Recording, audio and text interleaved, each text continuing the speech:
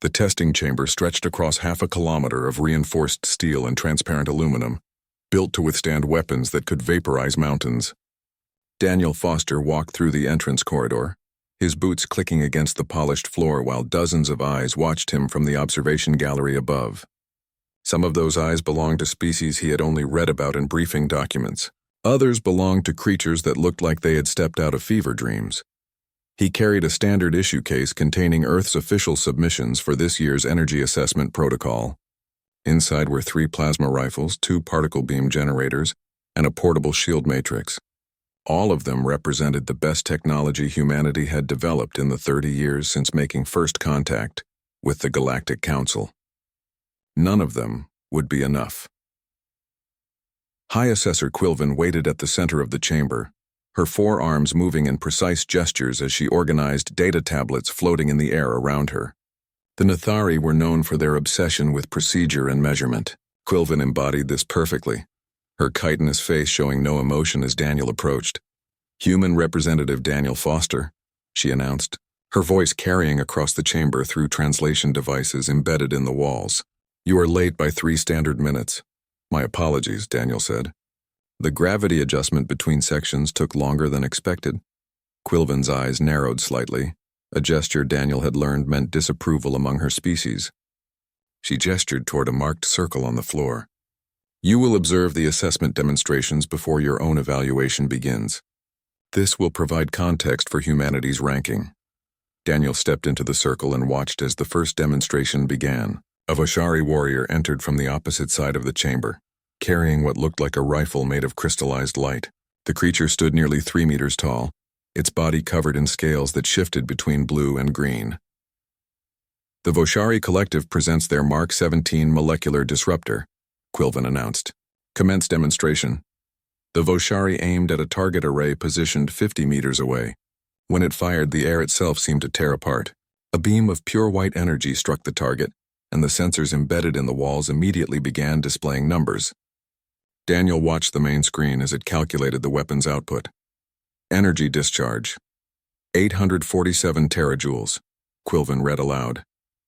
Efficiency rating, 92%. Recharge time, 4.3 seconds. The Voshari warrior bowed and left the chamber.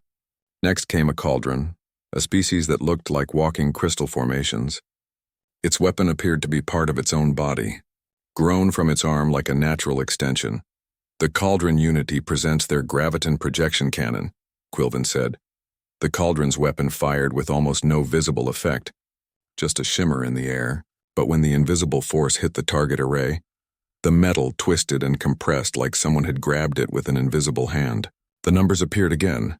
Energy discharge, 1,240 terajoules. Efficiency rating, 87%. Recharge time, 6.1 seconds. More species followed. The Lithuran showed off antimatter lances that scored above 2,000 terajoules. The Voresh demonstrated plasma artillery that could fire sustained beams for 30 seconds. Each demonstration made Daniel's case feel heavier in his hands. Finally, Quilvin turned to him. "Human Representative, you may now present Earth submissions." Daniel opened his case and assembled the first plasma rifle. It felt primitive compared to what he had just witnessed, cobbled together from reverse-engineered alien technology that humanity still did not fully understand. He aimed at a fresh target array and fired. The plasma bolt streaked across the chamber and hit the target dead center. The sensors calculated. Daniel already knew what they would show. Energy discharge, 340 terajoules. Efficiency rating, 61%. Recharge time, 11.8 seconds. Silence filled the chamber. In the observation gallery above, Daniel could see delegates from various species leaning toward each other, their body language suggesting conversation. Some were probably laughing. He presented the other weapons. The second plasma rifle scored 355 terajoules. The particle beam generator managed 392. Nothing broke 400. Quilvin made notes on her floating tablets. The human submissions place Earth in Category 7 of the power rankings. This grants your species limited voting rights in council matters and standard trade privileges. Do you accept this assessment? Daniel looked at his empty case, then at the second case he had brought with him. The one Quilvin had not asked about yet. "I would like to request evaluation under the secondary assessment provision." Quilvin's forearm stopped moving. The secondary assessment provision is rarely invoked. It is intended for species with unusual energy matrices that do not conform to standard measurement. Are you claiming humanity possesses such technology? Not exactly, Daniel said. He picked up the second case, much smaller than the first. But I believe you should see this before finalizing Earth's ranking. A ripple of interest passed through the observation gallery. Commander Brecht, a Lithuanian military observer whose body looked like living diamond, moved closer to the glass. Daniel could feel the weight of attention shifting toward him. He opened the case and carefully lifted out its contents. The weapon inside had been crafted by his own hands over 6 months, using techniques passed down through human history. No power cells, no energy matrix, no circuitry at all. Just steel, carbon fiber, and knowledge that predated humanity's discovery of electricity by thousands of years. Quilvin stared at the crossbow as if Daniel had pulled out a piece of furniture. What is this object? I detect no energy signature, no power source. The assessment equipment cannot classify it. That's exactly the point, Daniel said, running his hand along the crossbow's stock. This is a kinetic weapon. It operates on pure mechanical principles, and I think you'll find it very interesting when measured against your testing protocols. Commander Brecht's voice came through the speakers from the gallery above, sharp with skepticism. You cannot be serious. You wish to be assessed with a museum piece? A weapon that generates zero energy output? Daniel loaded a carbon fiber bolt into the crossbow's groove, feeling the familiar tension as he drew back the string. The entire chamber had gone silent. Hundreds of representatives from dozens of species watched him aim at the target array, probably wondering if this was some kind of human joke they did not understand. Zero energy expenditure, Daniel agreed, but let's see what happens anyway. He pulled the trigger. The crossbow string snapped forward with a sharp crack that echoed through the massive chamber. The bolt flew across the distance in less than a second, a thin line of carbon fiber moving faster than most beings could track. It hit the target array dead center, and kept going. The energy absorption panels, designed to withstand terajoule-level blasts, offered no resistance at all. The bolt punched through them like they were paper, through the reinforced backing behind them, and embedded itself with a solid thunk into the chamber's outer wall. Alarms began screaming throughout the station. Red lights flashed as structural integrity sensors detected the breach. Quilvin's forearms flew across her tablets in panic. In the gallery above, Commander Brecht pressed against the glass, their crystalline face reflecting the emergency lights. Daniel lowered the crossbow and waited. The assessment equipment displayed nothing but zeros and error messages. Unable to classify what had just happened, Quilvin finally looked up from her frantic damage control procedures, her expression showing something Daniel had not seen before, confusion mixed with what might have been fear. What, she said slowly, did you just do? Security teams arrived within minutes, their weapons drawn and pointed at Daniel from 3 different angles. He kept his hands visible and away from the crossbow, knowing that sudden movements would end badly. The alarms continued their piercing wail while Quilvin worked frantically at her tablets, trying to understand what her sensors were telling her. Commander Brecht descended from the observation gallery with 4 other Lithuanian officers. Their crystalline bodies refracted the emergency lights into rainbow patterns across the chamber walls. Brecht walked directly to the embedded bolt, examining where it had penetrated the station's hull. Their hand reached out, touching the carbon fiber shaft carefully. This weapon produced no energy signature, Brecht said, turning to face Daniel. Our sensors recorded 0 electromagnetic emissions, 0 particle discharge, 0 gravitational distortion, yet it penetrated defenses rated to withstand 2,000 terajoules of directed energy. They pulled the bolt free from the wall with a sharp tug, holding it up to the light. Explain this paradox, human. Daniel kept his voice calm and educational, the same tone he used when teaching new engineers. There's no paradox. The weapon doesn't use energy in the way your sensors measure. It converts mechanical potential into kinetic force. I pull back the string, storing energy in the limbs. When I release, that energy transfers to the bolt as momentum. Simple physics that any first-year student learns. Quilvin approached, her forearms moving in agitated patterns. Simple. You disabled our assessment equipment. You breached station integrity. You demonstrated a weapon that our security protocols cannot classify or detect. Her voice rose with each sentence. How is any of this simple? Because you're trying to measure it wrong, Daniel said. He pointed at the target array, still displaying error messages. Those panels absorb energy. They're designed to capture and measure electromagnetic radiation, particle streams, gravitational waves. But my crossbow doesn't produce any of those things. It just throws a sharp stick really fast. One of the security officers, a Vorish with 6 limbs and compound eyes, tilted its head. A stick cannot penetrate battle-rated armor. This one did, Commander Brecht said, examining the bolt more closely. And I'm beginning to understand why. They turned to Quilvin. Call off the security alert. I want a full analysis team in here immediately, and bring representatives from the Council's Defensive Technology Division. The next hour transformed the testing chamber into something resembling a research facility. Scientists from 8 different species crowded around Daniel's crossbow, scanning it with every instrument they possessed. Most looked baffled by the complete absence of anything their tools could measure. A cauldron scientist named Vorthen seemed particularly fascinated. Her crystalline body pulsed with soft blue light as she examined the weapon's mechanism. The energy storage system is entirely mechanical. Elastic deformation in these curved sections. She touched the crossbow's limbs gently. When released, the deformation reverses, accelerating the projectile. No power cell required. No energy conversion beyond the muscular force needed to prepare the mechanism. Exactly, Daniel said. Humans developed weapons like this thousands of years before we had electricity. We needed ways to hunt, to defend ourselves, to survive. We couldn't manipulate energy the way most of your species can naturally. So we learned to manipulate matter instead. Vorthen's light pulsed faster. But this has profound implications for defensive doctrine. Our shields, our armor, everything is calibrated for energy-based threats. We measure attack capability in terajoules because that is what matters in energy warfare. Commander Brecht had been listening silently. Now they stepped forward, their voice cutting through the surrounding conversations. Vorthen is correct. The implications extend beyond simple measurement errors. They turned to address the growing crowd of observers. I wish to conduct a practical test. Human Foster, would you be willing to demonstrate your weapon against active defensive systems? Daniel considered the request.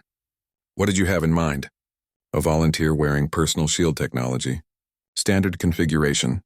Rated for 500 terajoules of protection. We will determine if your mechanical projectile can defeat modern defensive equipment. A Vashari delegate named Relin stepped forward from the observation group. I will volunteer. My shield generator is military grade, the finest my species produces. He activated the device on his belt, and a faint shimmer appeared around his body. I do not believe a simple mechanical device poses any danger.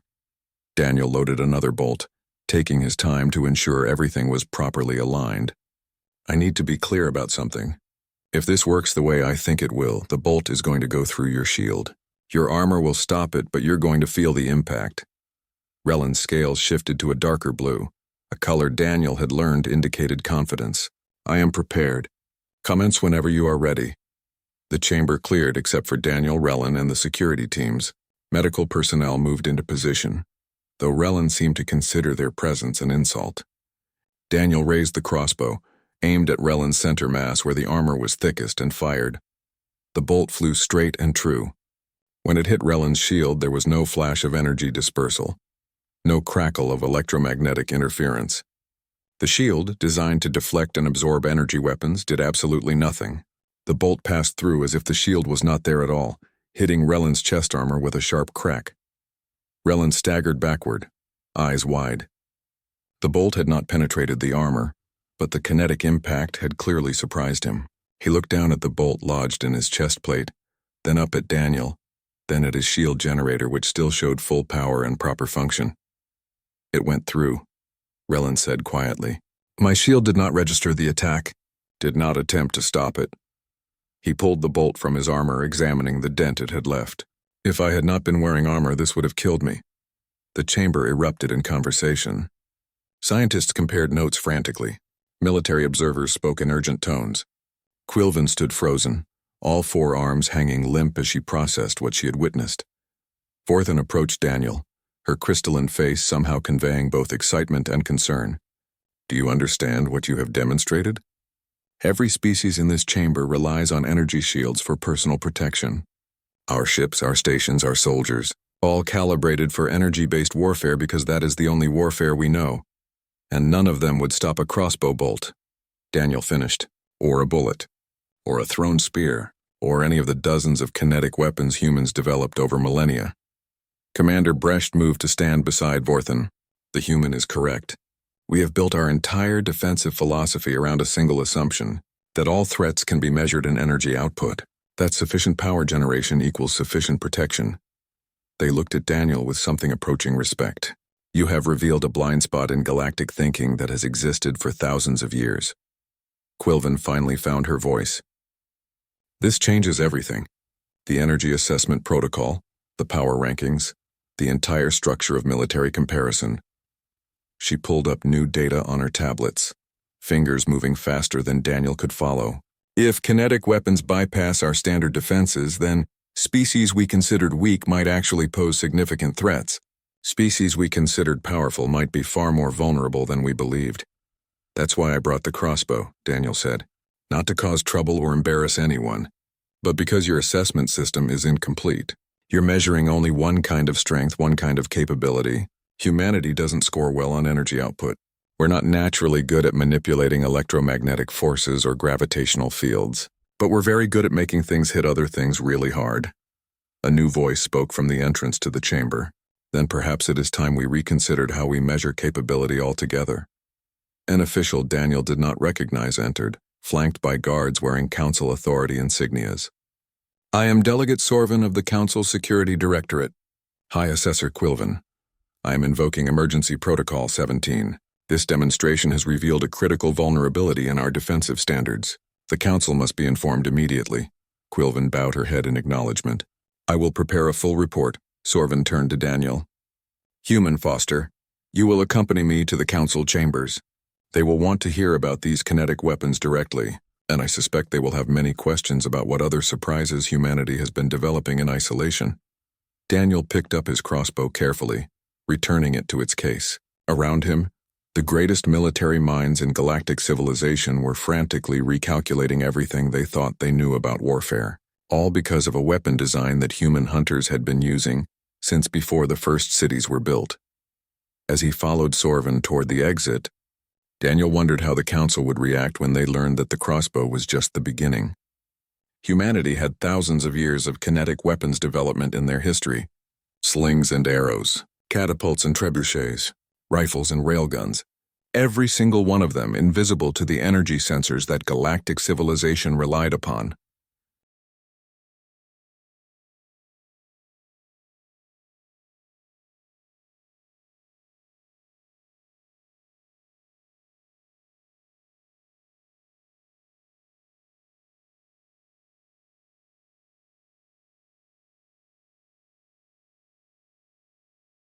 The galaxy was about to learn a very important lesson. Power was not just about how much energy you could generate. Sometimes it was about how well you could throw a rock. The council chambers occupied the entire central core of Station Meridian, a massive spherical room where representatives from 47 species could gather without anyone being placed above or below anyone else. Daniel had seen pictures of this place in briefing materials, but nothing prepared him for the reality of standing at its center, while hundreds of beings watched him from every direction. Delegate Sorvin gestured for Daniel to place his cases on the presentation platform, a circular stage that rotated slowly to face different sections of the assembly. Council members, I present Daniel Foster, human weapons engineer and Earth's representative to the Energy Assessment Protocol. He has demonstrated technology that the Security Directorate believes poses fundamental questions about our defensive standards. A voice boomed from somewhere to Daniel's left, translated into English through his earpiece. We were told this concerns a primitive weapon. Why does the Council waste time on museum pieces? The speaker was a Drellian admiral, a species known for their powerful particle beam technology and equally powerful arrogance. Daniel opened his first case, revealing the crossbow. This is the weapon I demonstrated today. It defeated military-grade shields and penetrated testing equipment, rated for multi-terajoule impacts. I'd like to show you why. Over the next 20 minutes, Daniel walked the council through the basics of kinetic weapons. He explained elastic potential energy, mechanical advantage, and momentum transfer, using terms simple enough that even species without engineering backgrounds could follow. Some representatives listened with clear interest. Others looked skeptical or bored. Then Daniel opened his second case. Inside were 4 more weapons, each representing different points in human technological development. "This is a sling," he said, holding up a simple strip of leather with a pouch in the middle. "Humans used these 5,000 years ago to hunt birds and defend their homes. A skilled user could throw a stone faster than most beings can run." He demonstrated the motion, spinning the sling slowly so everyone could see the mechanics. "This is a compound bow, more sophisticated than my crossbow. These bent pieces store more energy than simple curved limbs. A human archer with this weapon could hit a target smaller than your hand from 200 meters away." Next came a spear thrower, a simple stick with a hook at one end. "This is an atlatl. It extends the length of a human arm, allowing us to throw spears with much more force. Some human cultures use these to hunt animals that weighed more than small vehicles." The final weapon looked more modern but still completely mechanical. "This is a spring-loaded launcher, 20th century human technology. No gunpowder, no chemical reactions, just compressed metal springs releasing stored energy." Daniel placed all 5 weapons on the platform, turning slowly so every section of the council could see them clearly. "These represent thousands of years of human development. Every single one of these weapons predates our discovery of electricity. Every single one of them would bypass your energy shields. And every single one can be manufactured from basic materials using simple tools." Commander Brecht spoke from their section of the chamber. "The human makes a valid point. Our civilization developed along different paths. Most species evolved with natural energy manipulation abilities, or emerged on worlds rich in energy resources. Our technology built upon what came naturally to us." They gestured at Daniel's display. "Humanity developed in different circumstances. They became experts in mechanical systems because they had no alternative." Orthan, the cauldron scientist, stood to add her analysis. "I have reviewed the test data from today's demonstration. The implications are severe. A single human with a crossbow could threaten a shielded soldier who cost millions of credits to train and equip. A primitive weapon that requires no power source, no maintenance beyond basic care, and can be manufactured in any workshop with metalworking capability." The Drellian admiral's voice cut in again, harsher now. "So humanity is skilled with ancient weapons. This does not change their energy assessment scores. They remain a low-ranked species by objective measurement." "Objective?" Daniel felt his frustration rising but kept his voice level. "Your measurements only capture one type of capability. You're measuring how much energy a civilization can generate and direct, but you're not measuring tactical effectiveness or efficiency or adaptability." He picked up the crossbow again. "This weapon scored 0 on your energy tests. By your measurements, it has 0 value, but it defeated your best defensive technology. How is that objective?" Quilvin spoke from her position in the administrative section. "The human raises uncomfortable questions. The energy assessment protocol has guided our civilization for centuries. It has prevented wars by establishing clear hierarchies of capability. Species know their ranking, know their place in the galactic order. And that's exactly the problem," Daniel said. "You created a system that measures one thing very well, then convinced yourselves that one thing is all that matters. But what happens when you encounter a threat that doesn't fit your measurement system? What happens when someone attacks you with kinetic weapons or biological agents or tactics that don't involve energy discharge at all?" Relin the Voshari stood, his scales shifting to a somber purple. "I feel I must share something with this assembly. Today I volunteered to test my shields against the human weapon. I did so confidently, certain that my military-grade protection would stop any threat." He touched his chest where the bolt had struck. "I was wrong. Completely, fundamentally wrong.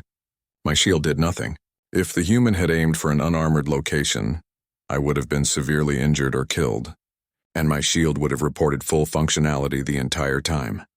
The chamber fell silent. Daniel could see representatives leaning toward their neighbors, exchanging urgent whispers or whatever their species did to communicate privately. A new voice spoke, older and weighted with authority.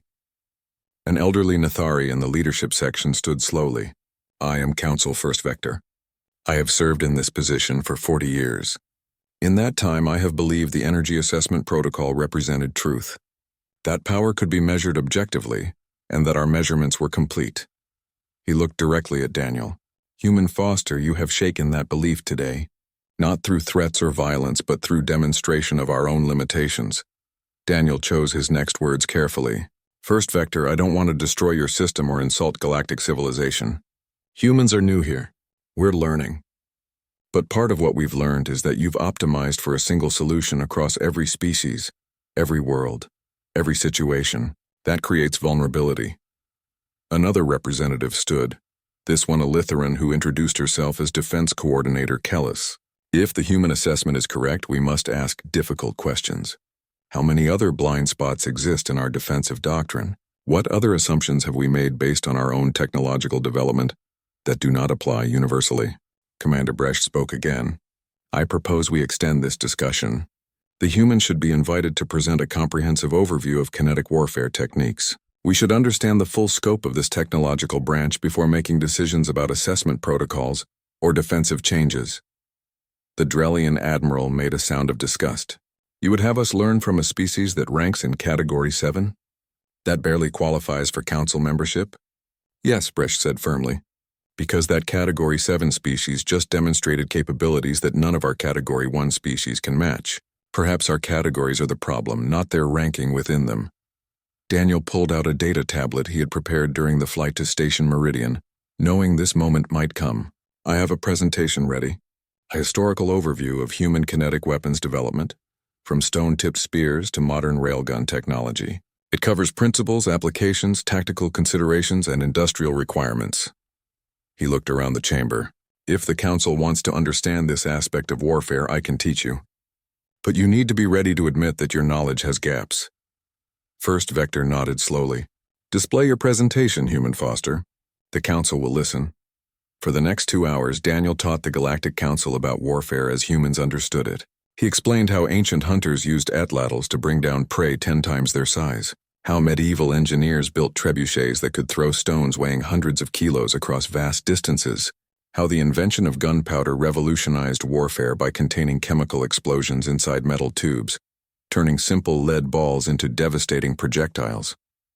He showed videos from human history. Longbowmen at ancient battles, their arrows falling like rain. Artillery bombardments from planetary wars, shells arcing through atmospheres to strike targets beyond visual range. Modern kinetic strike weapons that dropped tungsten rods from orbit, releasing more energy than nuclear weapons without any explosive material at all.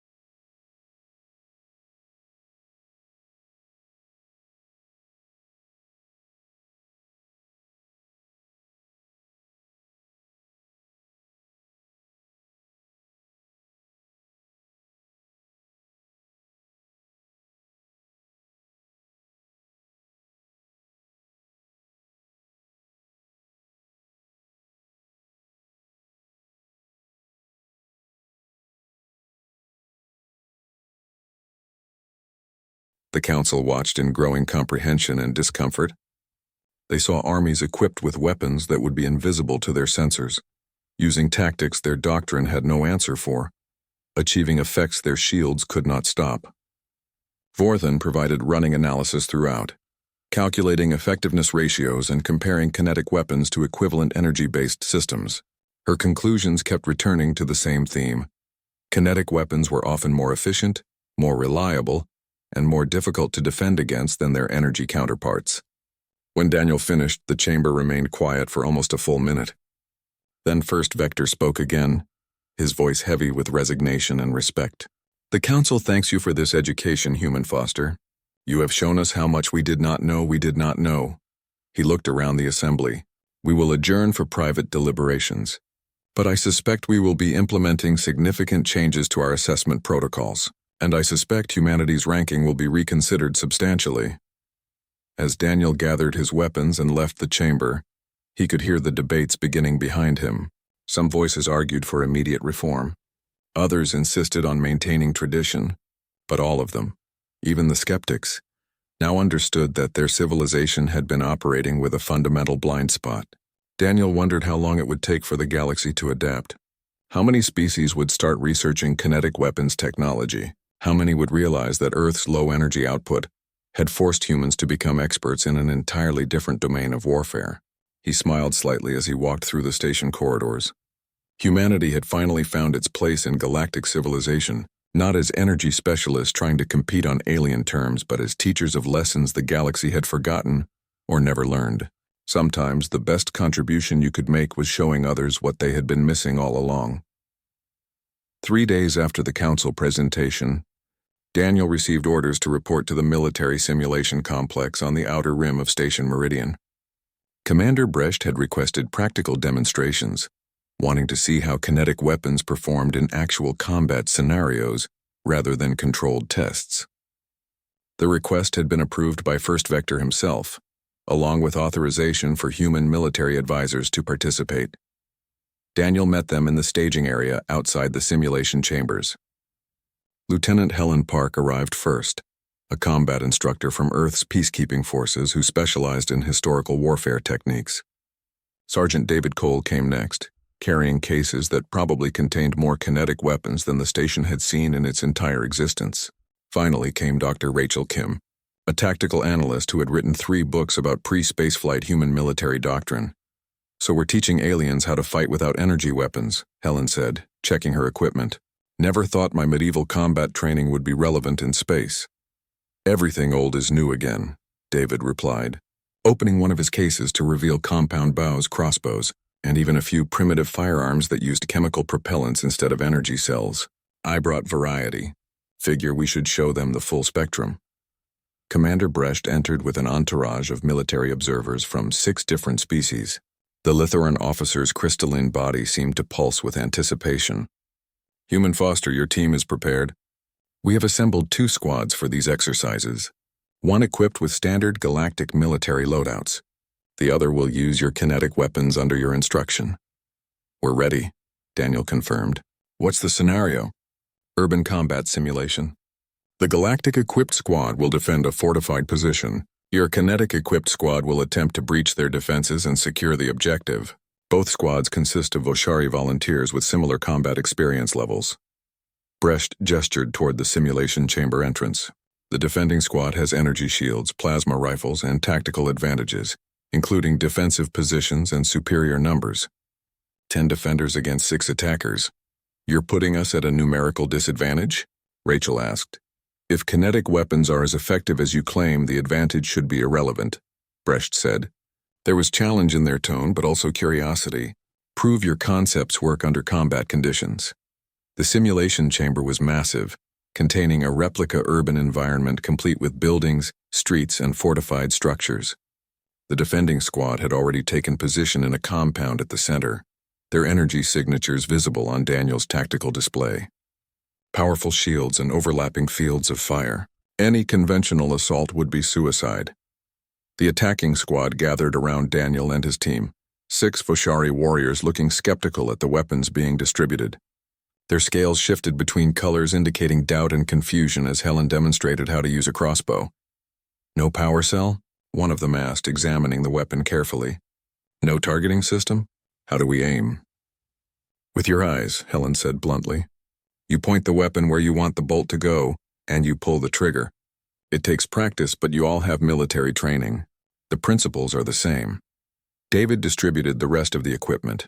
Backup crossbows, several compound bows, throwing spears, and even a few slings loaded with high-density metal projectiles. Remember what we taught you in the briefing. Their shields won't stop any of this.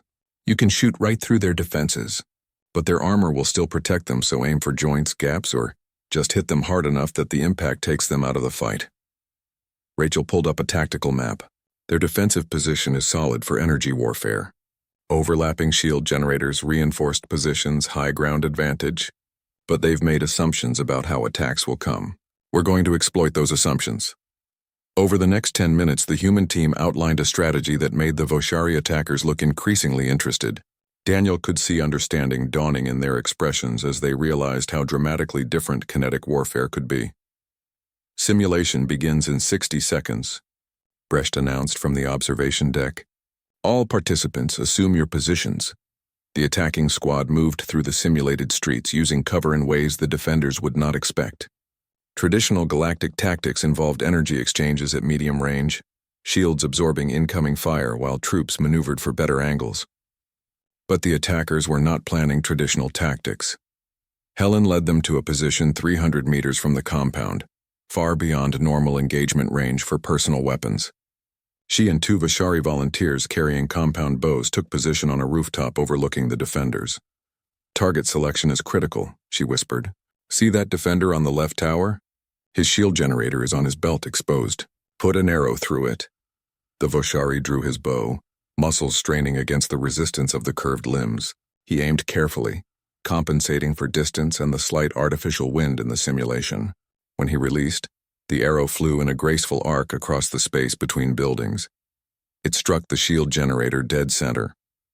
The device sparked and died, leaving the defender vulnerable. Before he could retreat, a second arrow caught him in the shoulder joint between armor plates. He dropped from the tower, eliminated from the simulation. Confirmed elimination, the simulation system announced. Defending force, 9 remaining. Chaos erupted in the compound as defenders realized they were under attack from a range they had not prepared for. They raised their plasma rifles but had no targets to shoot at. The attackers were beyond their effective range and hidden behind solid cover that energy weapons could not easily penetrate. David led the ground assault team forward, using the confusion to close distance. They moved through buildings rather than streets, avoiding the defenders' prepared firing lanes. When they were close enough, David used a sling to throw a metal projectile through a window, striking a defender's helmet hard enough to crack it and knock the soldier unconscious. 8 remaining. The defenders adapted, moving to intercept the ground team, but their shields made them overconfident. One rushed around a corner directly into a Voshari attacker with a crossbow. The bolt went through his shield and caught him in the chest armor, the kinetic impact throwing him backward even though the armor prevented penetration. 7 remaining. Helen's rooftop team continued their suppressing fire, forcing defenders to keep their heads down or risk arrows that their shields could not stop. One defender tried to return fire with a plasma rifle, but Helen's team simply moved behind solid walls.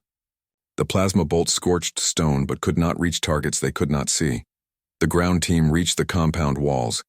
Instead of trying to breach the main gate where defenders waited, they used thrown spears to create makeshift ladders between buildings.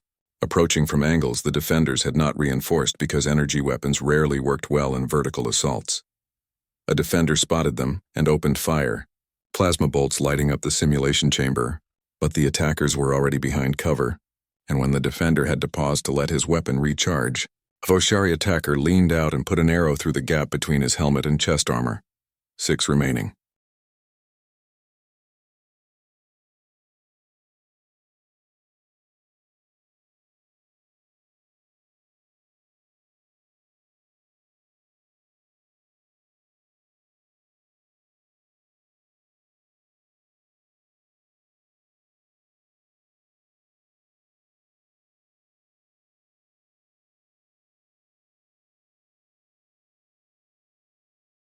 The remaining defenders pulled back to their final position, a reinforced building with strong defensive advantages. But they had lost 4 soldiers without landing a single hit on the attackers, and their confidence was clearly shaken. Rachel's voice came through Daniel's communicator from the observation deck. They're doing exactly what we predicted, consolidating in a strong position, expecting a frontal assault. But watch what happens next. The attackers did not assault the building. Instead, they surrounded it and waited. Helen's team continued firing arrows through windows whenever defenders showed themselves. The ground team used slings to throw projectiles that cracked against walls and shattered windows, creating constant pressure without exposing themselves to return fire. After 5 minutes of this, One defender tried to make a break for it, running toward a secondary position. 3 crossbow bolts hit him before he made it 10 meters. 5 remaining. Another 2 minutes passed. The defenders could not leave their building without exposing themselves to kinetic weapons their shields could not stop.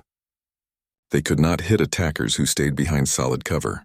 They could not even see most of the attacking force, because kinetic weapons produced no energy signatures for their sensors to track.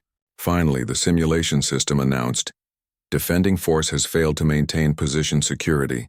Attackers achieve objective by siege." The simulation ended.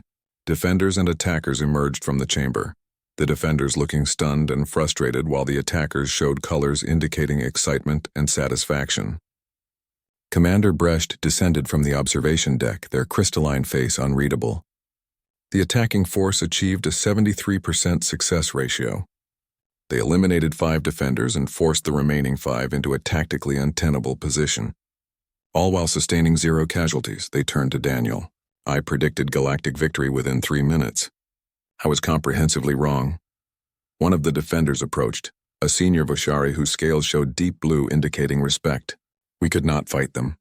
Every tactic we know requires energy exchange, shield management, position warfare based on line-of-sight firing. But they shot at us from beyond our range through our shields, from angles we did not expect. And we could not track them because our sensors are calibrated for energy signatures. That's the advantage kinetic weapons provide," Rachel explained, pulling up combat analysis on her tablet. "They're not better than energy weapons in every situation. Plasma rifles fire faster, hit harder, and work at longer ranges in some scenarios. But kinetic weapons exploit weaknesses in a defensive doctrine built entirely around energy warfare." Brecht studied the tactical data carefully. "The implications for fleet combat, station defense, and ground operations are severe. We have optimized for one type of warfare for so long that we have forgotten alternatives exist." More observers descended from the deck, military officials from multiple species all wanting to discuss what they had witnessed. Questions came rapidly. Could kinetic weapons work in vacuum? How did they perform against different shield types? What was the manufacturing difficulty? Could existing soldiers be trained in these techniques? Daniel answered patiently, but he could see the real impact in their faces. The Galactic Council's military forces had just watched their doctrine fail against weapons humans had been using for thousands of years. And they were beginning to understand how vulnerable they had been all this time, facing threats while blind to an entire category of warfare.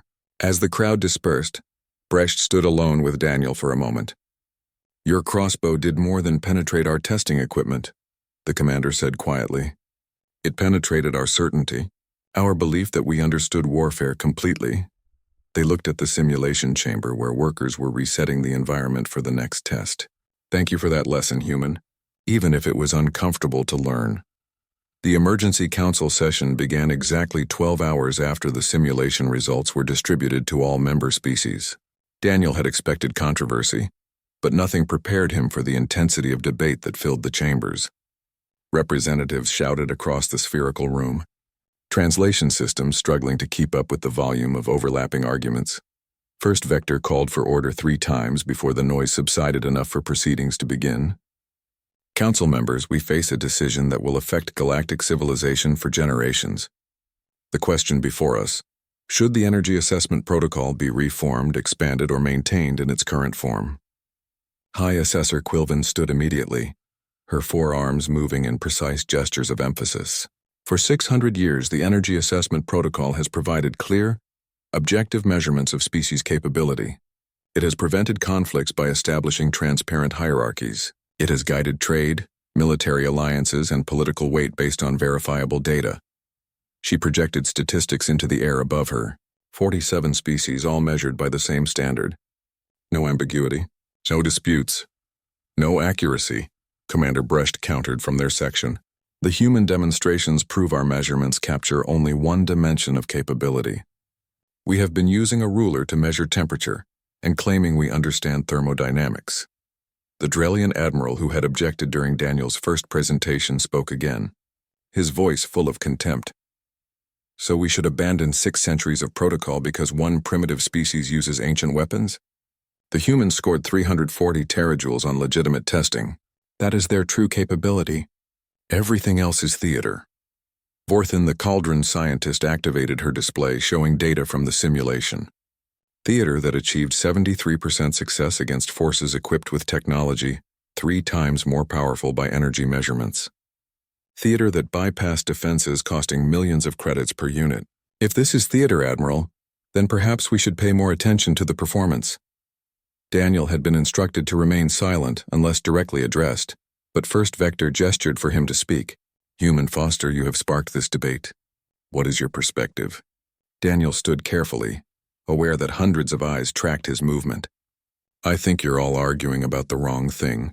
The question isn't whether energy measurements are valid. They are. Energy output matters in warfare and industry and technology. The question is whether energy output is the only thing that matters. He gestured at the displays showing simulation data. Your assessment protocol doesn't just measure capability.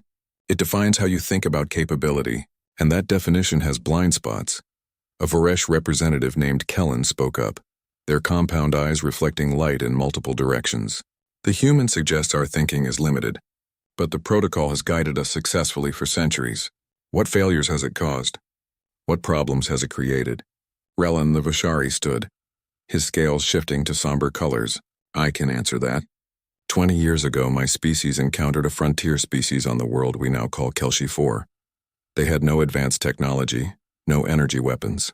By protocol standards, they were not even worth measuring. He paused, clearly uncomfortable with the memory. They fought us with kinetic weapons we did not understand. Projectile launchers using chemical explosions. Thrown spears with explosive tips. Traps that used mechanical force rather than energy fields. We lost 6,000 soldiers before we adapted our tactics. 6,000 deaths because we assumed that low energy output meant low threat. The chamber went quiet. Brecht spoke into the silence. How many similar encounters have occurred? How many species encountered threats they could not properly assess because those threats did not fit the protocol's measurements? More representatives began sharing stories. The cauldron had fought crystalline creatures on a mining world that absorbed directed energy, but shattered under kinetic impact. The Lithoran expansion encountered armored predators immune to plasma weapons, but vulnerable to simple spears. The Nethari once lost a colony ship to a swarm of creatures that had no energy signature for sensors to detect. Each species had confronted the limits of energy-only warfare. Each had solved the immediate problem and then returned to their familiar paradigms, forgetting the lessons they had learned. Vorthen projected new calculations above the chamber floor. I have analyzed combat data from the last 50 years. 17% of military engagements involved enemies that did not conform to standard energy-based threat models. In those engagements, casualty rates were 43% higher than average. Response times were 67% slower. Mission success rates dropped by 31%. She let the numbers speak for themselves. We are paying a consistent price for our narrow measurement system.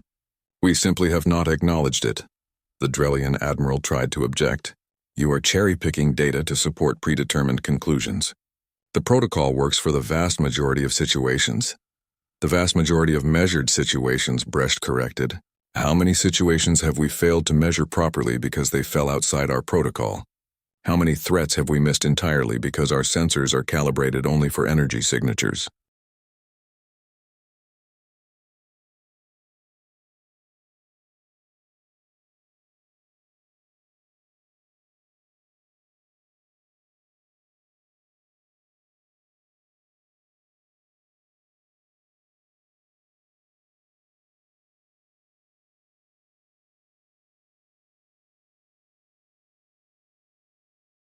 First Vector raised his hands for attention. This debate reveals deep divisions. I propose we hear from other perspectives. Are there representatives who believe the protocol should remain unchanged? Several dozen stood, mostly from species that ranked highly in the current system. Their arguments focused on stability, tradition, and the danger of changing systems that had proven functional. One Nethari diplomat named Sullivan made a particularly eloquent case. The protocol provides certainty in an uncertain galaxy. Every species knows where they stand. Every species can measure their progress objectively. If we introduce subjective measures like tactical adaptability or situational effectiveness, we create ambiguity. How do we measure such things fairly? Who decides the standards? The protocol's greatest strength is that it cannot be disputed. Energy output is energy output. The numbers do not lie. But they do not tell the whole truth either, Daniel said, unable to stay silent. Solvin makes a good point about objectivity. Energy output is easy to measure consistently, but measuring something consistently doesn't make it the right thing to measure. If I only measured the temperature of soldiers, I could rank armies very objectively. But temperature doesn't tell you who would win a battle. Rachel Kim stood beside Daniel, having been invited to provide analytical support. The protocol creates what we call survivor bias in human social sciences. You measure what you can measure easily, then assume that what you're measuring is what matters. But the things you're not measuring might be more important than the things you are. Quilvin responded sharply. Then what do you propose, humans? How do we measure tactical effectiveness objectively? How do we quantify adaptability across species with different biologies, different technologies, different strategic philosophies? You start by admitting the problem exists, Rachel said. You acknowledge that energy output is one metric among many. You create assessment categories that capture different aspects of capability.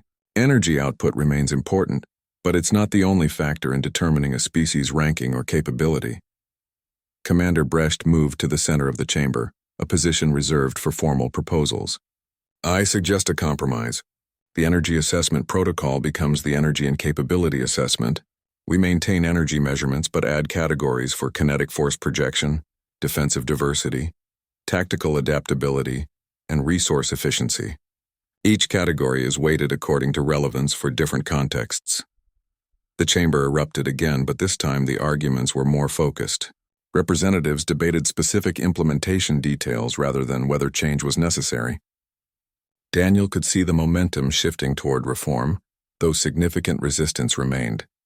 A quiet voice cut through the noise, surprising everyone. It came from an elderly Vashari in the Historical Archives section, a representative Daniel had not noticed before. I have found something relevant to this debate. Records from the early council, when the protocol was first established. The elderly Vashari projected ancient documents, their text appearing in translation. The protocol's creators acknowledged it was incomplete. They stated explicitly that it measured only energy-based capability, and that future generations should expand it as understanding grew. We have forgotten this intention. Silence fell across the chamber. First Vector studied the documents carefully, his expression showing surprise and something like embarrassment. The protocol was never meant to be permanent. We transformed it into tradition and then into truth, but it was always supposed to evolve. Quilvin stared at the documents, her forearms hanging motionless. Finally, she spoke in a voice barely above a whisper. I have administered the energy assessment protocol for 20 years. I have believed it was perfect, complete, the final word on capability measurement. She looked at Daniel, then at the documents. I was wrong. We were all wrong. We preserved a tool beyond its intended purpose and called it wisdom. The Drellian admiral stood silent, his earlier objections crumbling in the face of historical evidence. Around the chamber, representatives who had argued for tradition now faced the reality that tradition had betrayed the original intent. First Vector let the moment settle before speaking. The Council will vote on Commander Brecht's proposal, expansion of the protocol to include multiple capability categories, with energy output remaining as one important factor among several. All in favor? Hands, appendages, tendrils, and other limbs rose throughout the chamber. Not unanimous, but clear majority. The opposition came primarily from species worried about losing their current high rankings, and even some of them voted in favor. The measure passes, First Vector announced. High Assessor Quilvin, you will work with representatives from multiple species to develop the expanded assessment framework. Human Foster and his team will serve as consultants, sharing their expertise in kinetic warfare and tactical diversity. As the session adjourned, representatives crowded around Daniel and his team, some offering congratulations, others asking urgent questions about how the new system would work. But Daniel noticed Commander Brecht standing apart, watching the chaos with an expression that might have been satisfaction. He made his way through the crowd to stand beside the Lytheran commander. You planned this, didn't you? The simulation, the dramatic demonstration. You wanted to force this conversation. Brecht's crystalline face somehow conveyed a smile. I suspected our doctrine had flaws, Your crossbow provided evidence I could not ignore and others could not dismiss. Sometimes the best way to change minds is not through argument, but through demonstration that cannot be denied. And now we have to actually figure out how to make this work, Daniel said. How to measure things that are hard to measure. How to compare species fairly across completely different approaches to warfare and technology. Yes, Brecht agreed. It will be difficult. It will cause disputes and problems we cannot yet anticipate, but it will also be honest. And honesty is more valuable than comfortable certainty. They turned to face Daniel directly. Your species has given the galaxy an uncomfortable gift. The knowledge that we were blind in ways we did not realize. Thank you for that gift, even though many will resent it. Daniel looked around the chamber, at species arguing passionately about how to measure capability, about what power really meant, about whether their civilization had been lying to itself for centuries. It was messy and loud and uncertain, but it was also honest, and that felt like progress. 6 weeks after the council vote, Daniel stood in the same testing chamber where he had first demonstrated the crossbow. But everything had changed. The chamber now contained measurement equipment from 12 different species, each designed to capture different aspects of combat capability. The target arrays had been replaced with modular systems that could test energy absorption, kinetic resistance, adaptive response time, and tactical versatility. High Assessor Quilvin supervised the installation, her forearms moving with the same precise efficiency Daniel had seen during his first assessment. But her attitude was different now. Less rigid, more curious. She caught Daniel watching and gestured him over to examine a new testing apparatus. This device measures force distribution across impact surfaces, she explained. The Voshari designed it specifically for kinetic weapon assessment. It can distinguish between penetrating strikes, blunt force trauma, and area effect impacts. She activated it, and holographic displays showed multiple data streams. We are learning entirely new ways to measure combat effectiveness. How's the rest of the council handling the transition? Daniel asked. Poorly well, and everything between, Quilvin said. Some species are excited to be measured more completely. Others are angry that their rankings have changed. The Drellian military has filed 3 formal complaints about their new assessment scores. She made a gesture that Daniel had learned indicated amusement among her species. They dropped from Category 1 to Category 2 because their tactical adaptability scores were poor. They have optimized so completely for high-energy warfare that they lack flexibility. Daniel examined the new equipment, impressed by the sophistication and diversity of approaches. Who's moved up in the rankings? Several mid-tier species have risen significantly. The Voresh demonstrated excellent resource efficiency and tactical diversity. The Cauldron scored exceptionally high in adaptive defense systems. And humanity? She paused, looking at Daniel directly. Humanity has moved from Category 7 to Category 3 overall, with Category 1 rankings in several specific subcategories. The door opened and Commander Brecht entered, accompanied by Vorthan and Relin. All 3 carried equipment cases and data tablets. Brecht's crystalline form seemed to glow with satisfaction.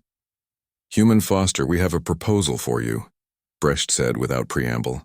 The Council has authorized creation of a new institution, the Galactic Tactical Academy, dedicated to studying and teaching diverse combat methodologies across species and technological paradigms. They set down their case. We would like Earth to provide the primary instructors for the Kinetic Warfare Division. Daniel felt a mix of pride and apprehension. That's a significant responsibility. We're still a relatively new council member. Some species might object to humans in teaching positions.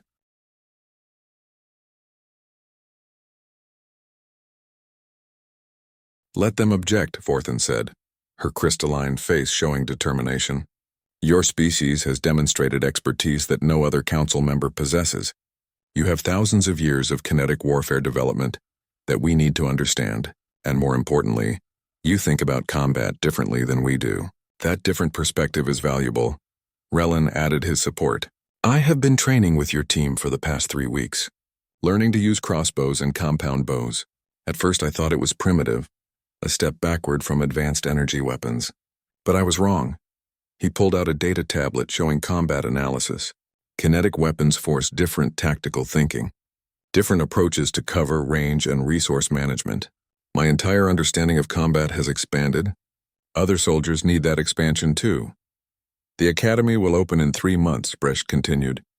Initial enrollment will be 200 students from 40 species. They will study energy warfare, kinetic warfare, combined arms tactics, and strategic adaptation.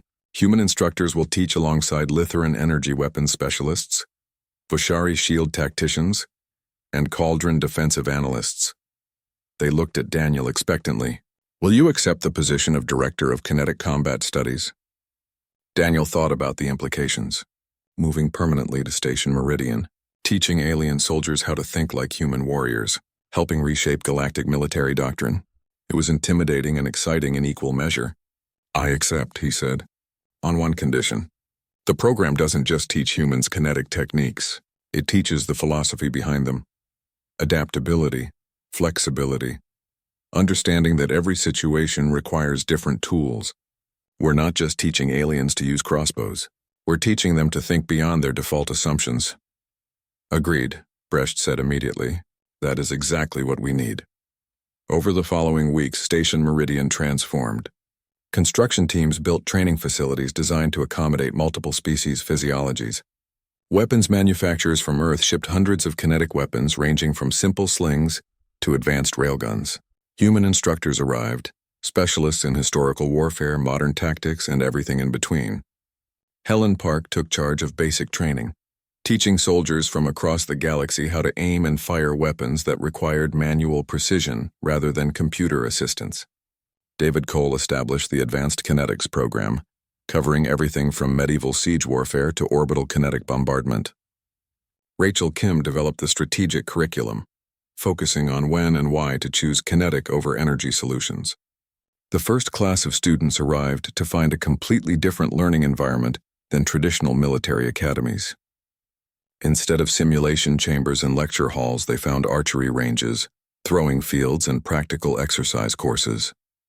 Instead of studying energy output calculations, they learned about momentum, trajectory, and material strength.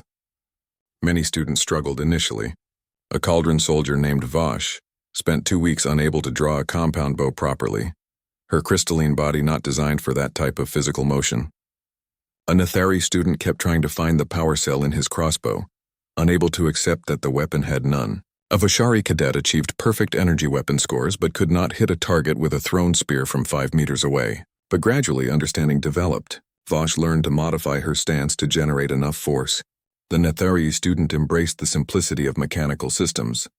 The Voshari cadet discovered that physical intuition was different from sensor-assisted targeting. 6 weeks into the program, Daniel observed a practical exercise that summarized everything the Academy was trying to achieve.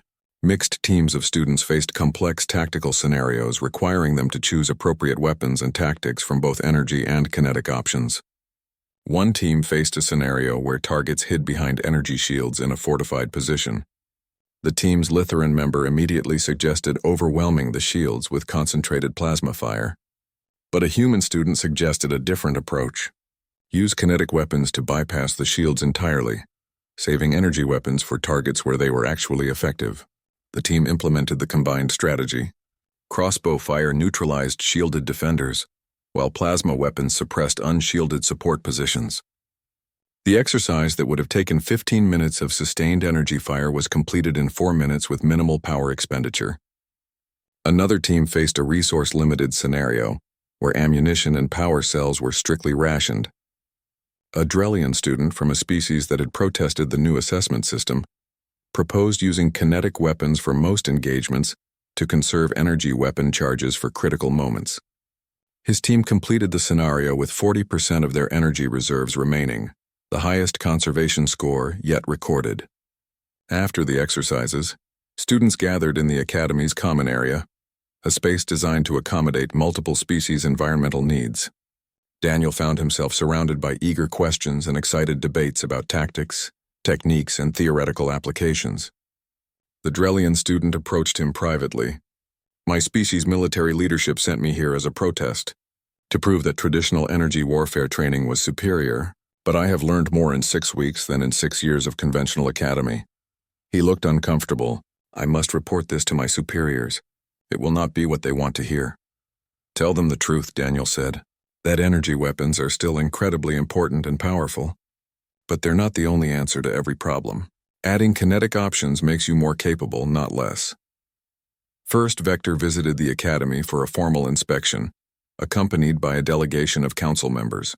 They watched students from species that had been enemies or competitors now working together, learning from each other, developing mutual respect through shared training. The elderly council leader stood beside Daniel, watching a Vishari student teaching a Lithoran how to properly aim a compound bow. When I voted for the assessment reform, I believed it was the right decision. But I worried about unintended consequences. Divisions, resentment, species withdrawing from cooperation because their pride was damaged by new rankings. And instead? Daniel asked. Instead, I see students from 40 species learning from each other, developing relationships across previous divides, building shared doctrine that incorporates everyone's strengths. Vector's expression showed something between surprise and joy. The Academy is not just teaching combat techniques. It is teaching cooperation through honest acknowledgement of different capabilities. Quilvin joined them, carrying a data tablet showing the latest assessment results. The second round of comprehensive assessments is complete. Average capability scores have increased by 18% across all measured categories. Species are learning from each other, adopting techniques that complement their natural strengths. She showed Daniel a specific data point. Even the Drellians have improved their tactical adaptability scores by 37% after sending observers to the Academy. The crossbow changed more than measurement systems, Brecht said, appearing beside them. It changed how we think about capability itself, about whether power means generating the most energy or applying the right solution to each problem. Daniel looked around the Academy, at students from dozens of species training together, learning techniques humanity had developed over millennia of conflict and survival. His simple crossbow demonstration had grown into something larger than he had imagined. Not just a military academy, but a philosophical shift in how galactic civilization understood strength. The crossbow hung in a display case near the academy entrance, labeled as the weapon that redefined power. Students often stopped to examine it, trying to understand how such a simple device had caused such dramatic changes. Helen found Daniel standing before the display after evening training had concluded. You know what's funny? When you brought that crossbow to your assessment, you were just trying to prove that Earth deserved a better ranking, that humanity had value even with low energy output. And instead I proved that the entire ranking system was flawed, Daniel finished. Not what I intended, but maybe what the galaxy needed. Helen watched a group of mixed species students passing by, laughing together about their training exercises. We showed them that being different doesn't mean being inferior, that there are multiple paths to strength, not just the one path they had been following for centuries. A message arrived on Daniel's tablet. Orders from Earth to begin preparing curriculum for advanced kinetic warfare seminars. The Council wanted The Academy's first graduation ceremony took place 12 weeks after opening. 200 students from 40 species received certifications in combined arms tactics and integrated warfare doctrine. They would return to their home militaries, bringing new perspectives and techniques that would gradually reshape how their species approached combat. First, Vector gave the graduation address. You entered this academy as representatives of your species, each believing your people's approach to warfare was correct and complete. You leave understanding that every approach has strengths and limitations. That power comes not from maximizing a single capability, but from knowing which capability each situation requires. He gestured toward the crossbow display. That simple weapon exposed our civilization's blind spot, but the humans did not use that knowledge to claim superiority. Instead, they shared it freely, helping us grow stronger together. That is true strength. Not the power to dominate others, but the wisdom to help them become their best selves. As graduates filed out, Daniel received a message from Commander Brecht, a new request marked urgent. A frontier species recently contacted by the Council had demonstrated unusual defensive capabilities that current doctrine could not explain. They needed assessment experts who could think beyond standard protocols. They needed people who understood that power took many forms. They needed the Academy team. Daniel smiled, gathering his instructors. The crossbow had opened a door. Now it was time to see what else lay beyond the assumptions galactic civilization had lived with for so long. Time to discover what other blind spots existed, what other lessons could be learned. Because true strength was not knowing all the answers. It was knowing that you still had questions to ask. And Daniel was pretty sure the galaxy had plenty of questions left to explore. The crossbow hung quietly in its case, a bridge between humanity's ancient past and galactic civilization's evolving future. And above it, a plaque bore a simple inscription that summarized everything the Academy stood for. Power is not what you can generate. Power is knowing what to use, when to use it, and why.